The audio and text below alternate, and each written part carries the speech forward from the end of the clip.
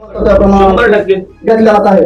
आमची तुमच्याकडून अपेक्षा आहे की म्हणून दादासारखे नेतृत्व सामान्य कुटुंबातून आलेलं मी त्यांना भेटणार आहे. त्यांची मागणी रास्त आहे. त्याला कुणी ट्रेनिंग करीत नाही. मी त्यांना तुम्ही भेटणार त्याकडून आहे. आता मराठा मुलांच्या मध्यंतरी मुंबईला येऊन गेले मोर्चाला. मध्यंतरी मुंबईत येऊन गेले मोर्चाला. हो. मुख्यमंत्र्यांनी सांगितलं दिलं झालं म्हणून. हो. काय झालं? आता देश काला त्याच्या पुढे नाही काहीच नाही, केलं थांबा, थांबा, थांबा. नाही झालं, पण आम्ही मान्य नाही ना ते केलं. मी तुम्हाला आम्ही नाही मान्य केलं ते. त्याच्या अगोदरच मी ज्यावेळेला येत होते ना जरांगे पाटील मुंबईला, त्याच्या अगोदर मी बोललो होतो की हे होणार नाही.